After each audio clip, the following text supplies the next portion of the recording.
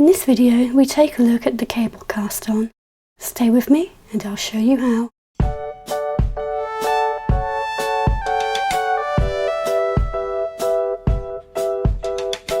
The cable cast on gives us a tighter and neater edge than we would get with the knitted cast on.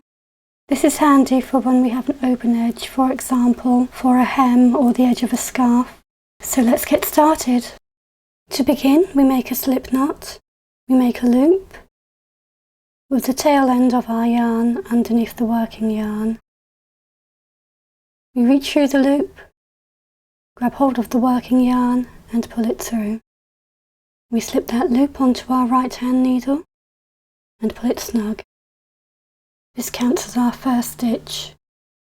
We take our needle and we come in behind the stitch, coming through from front to back as though to knit.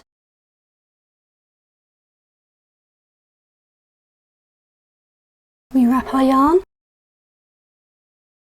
and we pull it through and then slip the loop onto the right hand needle.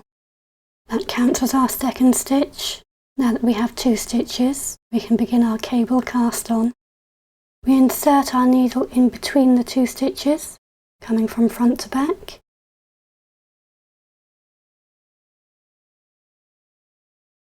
We wrap our yarn and we pull it through and then slip the loop onto the right hand needle.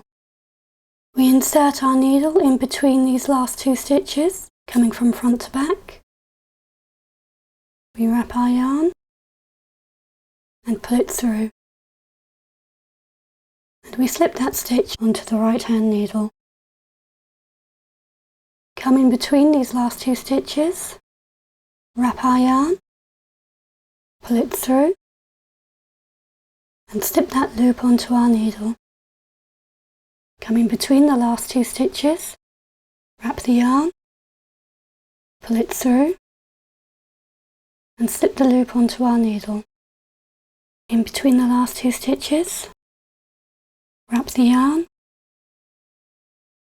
pull it through and slide onto our needle. Between the last 2 stitches, wrap the yarn, pull it through and slip. Between the last 2 stitches, wrap the yarn, pull it through and slip.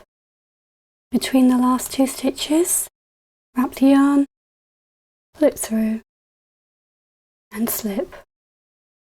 Keep going until you have the required number of stitches, and that's how to do the cable cast on.